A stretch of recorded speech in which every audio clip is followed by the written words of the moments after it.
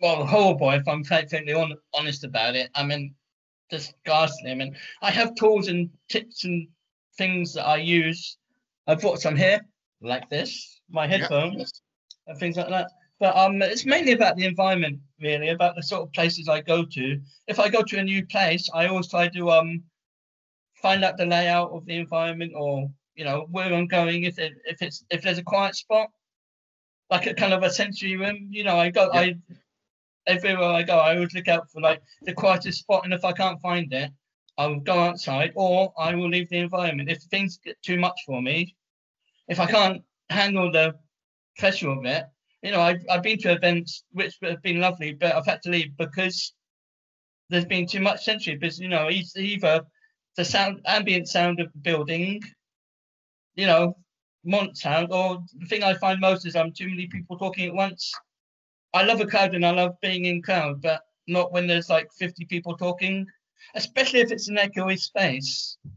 This is the thing I found, because I hang out in places which are kind of quite old buildings and aren't really catered towards the sort of catered toward people with disabilities, because they were built 1800s and things like that. So normally I will either kind of go for a quiet spot, go outside or leave. It's no point to me kind of getting too distressed about it.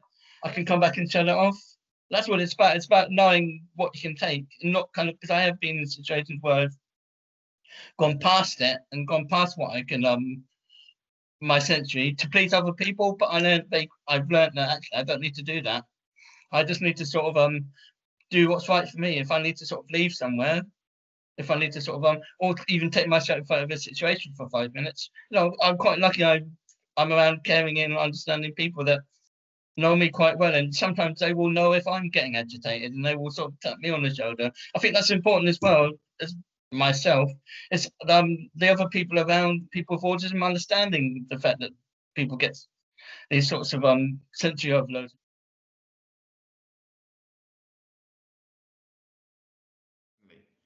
Well, it's sort of like everyone's chucking all of the sound of the world all in at once. That's the only way I can sort of describe it. Sort of like if you had say you didn't have sensory overload, it's like you turn up your television, your radio, your laptop all onto full blast and had them all at the same time. How would that make you feel? That's exactly how I feel when I go through these things. It's like everyone's, all of the sound of the world is sort of converging all at once, and it fucks up your brain, especially with neural pathways and things like that. They work differently in my head, so it's kind of like it's clogging up my head because all of the sound of the world is suddenly being placed on me, and it's a very unpleasant thing.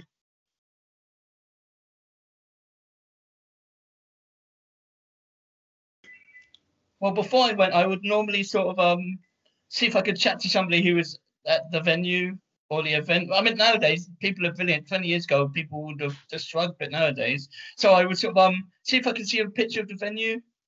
Sometimes, if I can, I do a recce just to see if I knew what I was going into. I mean, sometimes I can get into places I know I'm doing.